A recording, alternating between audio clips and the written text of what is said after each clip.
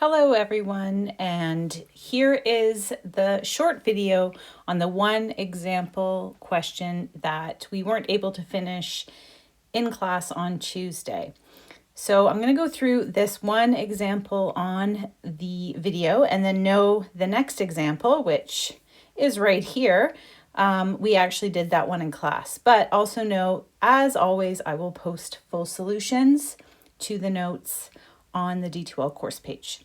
All right, so here we go again for another example where we have a data set and we're going to go through coming up with the 5-number summary, the interquartile range, determine if there is any outliers by calculating the lower and upper fence, and then finally creating our box plot.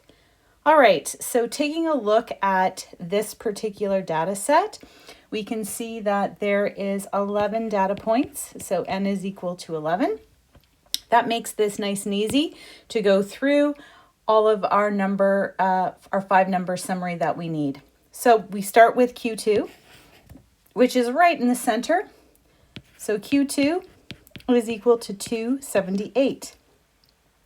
Then looking at our lower end of our data, we have a middle value again, easy to point out, 250. So Q1 is equal to 250. And then for the upper end of our data, we can determine that middle value for our Q3. So again, which I didn't mention at the beginning, this data set was already ordered or sorted, so that made it really easy for us to just jump right in.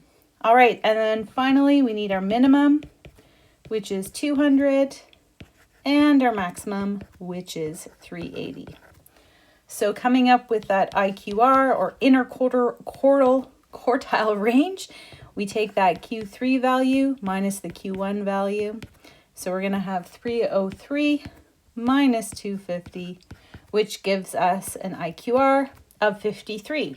So again, no units have been provided for this data, so we don't need to worry about that.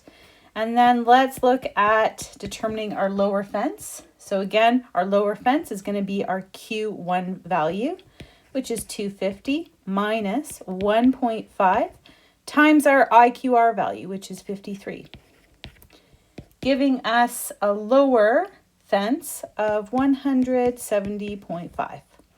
And then for our upper fence, we're going to take the Q3 value, which is 303, plus 1.5 times our IQR, which is 53, gives us an upper fence value of 382.5. All right, so if I were to mark these kind of invisible sort of fences, the lower fence would be way over here somewhere, right? Because it's like 170.5. So it's going to be to the left of our minimum value of 200. And then our upper fence is beyond 380. So again, it's sort of still outside. So for this particular question, we actually have no outliers. So we have no outliers. So even though we determined the lower and upper fence just to make sure, we can prove that this actually has no outliers, either lower or upper outliers. So we can jump right into creating this box plot. So again, we're going to start with a scale. We're going to ensure that our scale is going to include all of our data values. So I'm going to go ahead and start this scale at 200, and then I'm going to go up by 50.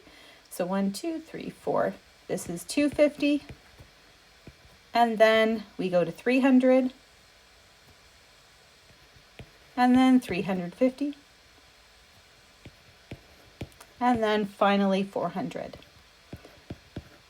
So again, we have no units, so we can't add a title here to our scale or axes.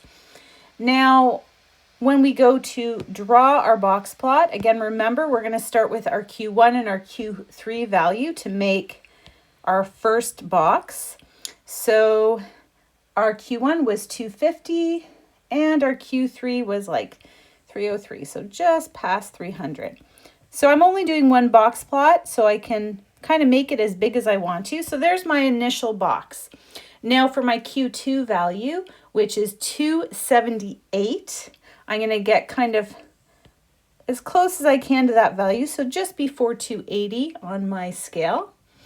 And then my box is complete. Now I need to focus on my whiskers. So I know that my minimum is 200. So my whisker is actually going to go all the way to 200. So my left whisker is there. And then for my right whisker, it's going to go all the way to 380. So basically here. So that is this box plot complete. Now, we've talked about skewness when we looked at histograms, right? Kind of what's happening, where's the data being pulled. We can also comment on skewness looking at a box plot.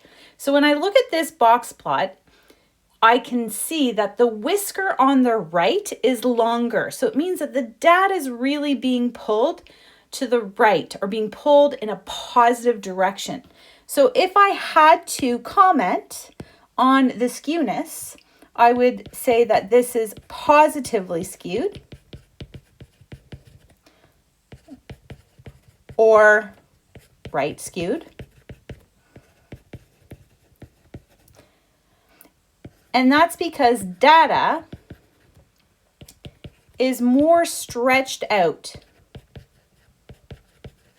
on the right. Now, you could also say that whisker is longer on right. So that's showing that you understand that the data is being pulled in the positive direction or pulled to the right.